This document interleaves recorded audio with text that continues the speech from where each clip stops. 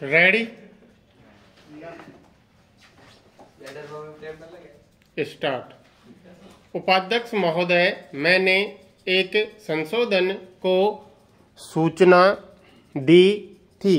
उसमें जो विचार निहित है उसको मैं 2 शब्दों में रखना चाहता हूँ।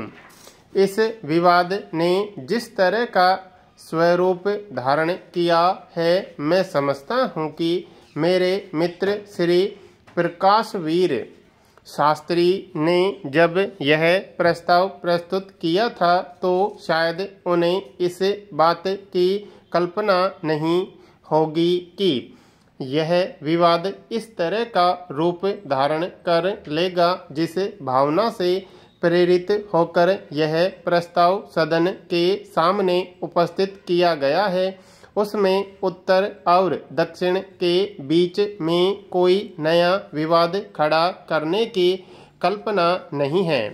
हमारे देश ने 1000 वर्ष के पश्चात फिर से राजनीतिक एकता प्राप्त की है और एकता को वृद्ध मूल करने की आज आवश्यकता है। यह ठीक है कि एकता की यह भावना हमारी एक संस्कृति के आधार पर प्रतिष्ठित है, लेकिन राजनीतिक क्षेत्र में यदि हम एकता को पुष्ट करना चाहते हैं तो हमें ऐसे पग उठाने पड़ सकते हैं जो कि आज की दृष्टि से आवश्यक प्रतीत हों।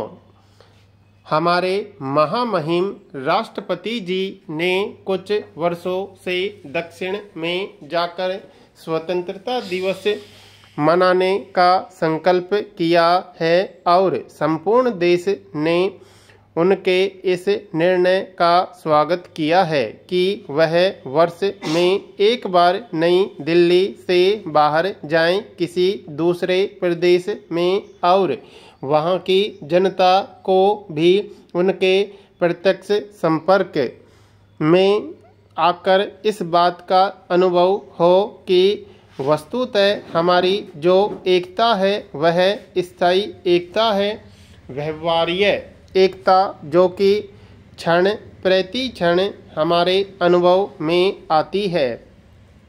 मैं समझता हूँ लोकसभा के अधिवेशन को दिल्ली से बाहर रखने के पीछे भी यही भावना है। प्रश्न राजधानी को बदलने का नहीं है, राजधानी तो दिल्ली ही रहेगी।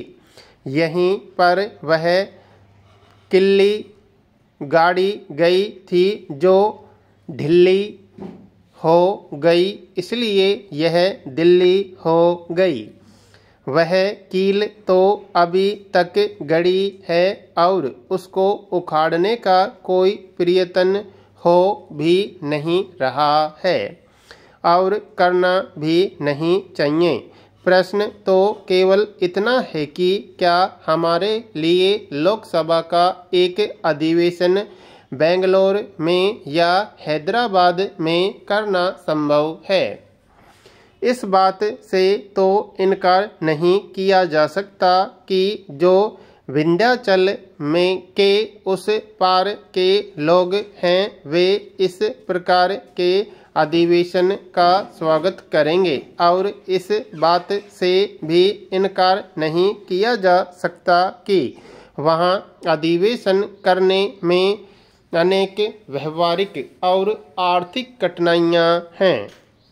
उपाध्यक्ष महोदय, हो सकता है आज या निकट भविष्य में हम लोकसभा का अधिवेशन दिल्ली के बाहर कहीं न कर सकें, लेकिन भविष्य में ऐसी स्थिति आ सकती है और यदि हमारे संसदीय कार्यों का मंत्रालय चाहे और इस संबंध में शीघ्रता करे तो वह भविष्य निकट में भी आ सकता है जब हम अपनी संसद का अधिवेशन दिल्ली के बजाय कहीं बाहर कर सकें। वैसे अभी भी हमारे देश में अनेक प्रदेश ऐसे हैं जहां जाड़ों में कहीं अधिवेशन होता है, गर्मियों में कहीं होता है। जम्मू कश्मीर की विधानसभा गर्मियों में श्रीनगर में बैठती है तो जाड़ों में जम्मू में बैठती है। बम्बई की विधानसभा भी पूना में बैठा करती थी। कांग्रेस राज्य का एक ऐसा भी उदाहरण है कि मध्य भारत राज्य तो एक था मगर उसमें दो राजधानियां थीं, एक ग्वालियर और दूसरी इंदौर में। इसलिए जब हमारे कांग्रेस के मित्र इसका विरोध करते हैं तो वह मेरी समझ में नहीं आता। जहाँ तक कठिनाइयों का संबंध है उन्हें हम हल करने का प्रयत्न करें, लेकिन इस प्रश्न के साथ भावनाएं जुड़ी हुई हैं और हम उनकी उपेक्षा नहीं कर सकते।